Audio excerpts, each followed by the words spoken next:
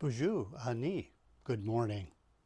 My name is Richard Church. I am an enrolled member of the Manchi-Benanchi-Wish Band of Potawatomi Indians of Michigan. I'm honored to be able to extend greetings to you on this Indigenous Peoples Day. Indigenous Peoples Day is a day to celebrate the resilience of Indigenous peoples and to recognize their many contributions across our nation. It is also a day to call for justice, equity, and healing. Indigenous peoples are the original inhabitants of a place who have their own unique cultures, languages, and traditions.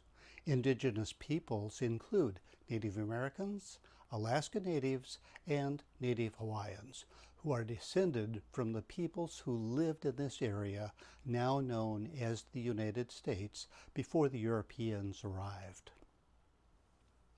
When I was growing up, there was always a day in October when school was closed and we could stay home for the day. It was called Columbus Day, but our family never really celebrated it by that name. In school, we were taught that in 1492, Columbus discovered the New World that later became the United States. But at home, we were taught that our ancestors were already here and that we weren't really discovered. When Columbus arrived, it is estimated that the indigenous populations of this continent included as many as 50 to 100 million people. The following years brought many more European settlers that led to a devastating impact on indigenous populations across the continent.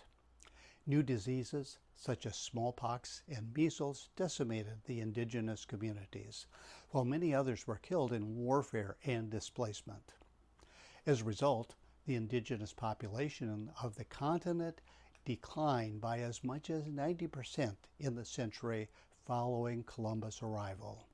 Indigenous homelands were lost, and many tribal nations lost their political and cultural identity.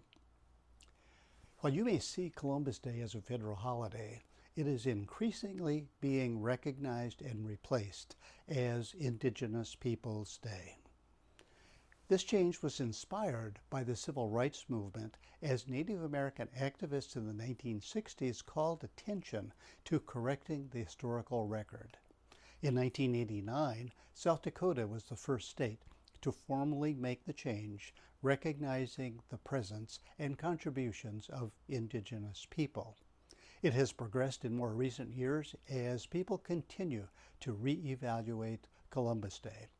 President Biden was the first to issue a presidential proclamation recognizing Indigenous Peoples Day.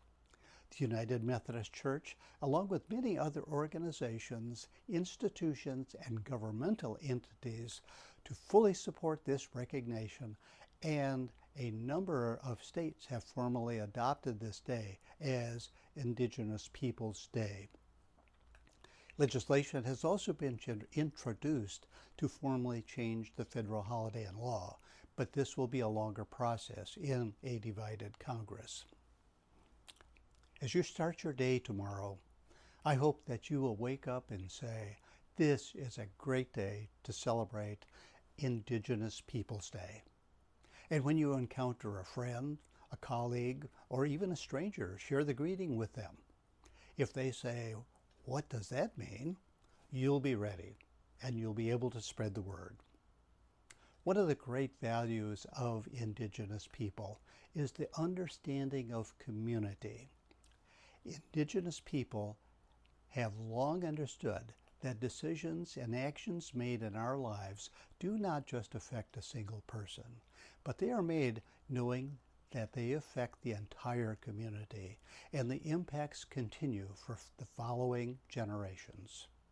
For all of us here at Covenant United Methodist Church today, I pray that we embrace that value as we strive to understand and serve our community, and that we become a truly welcoming home for all. Miigwech.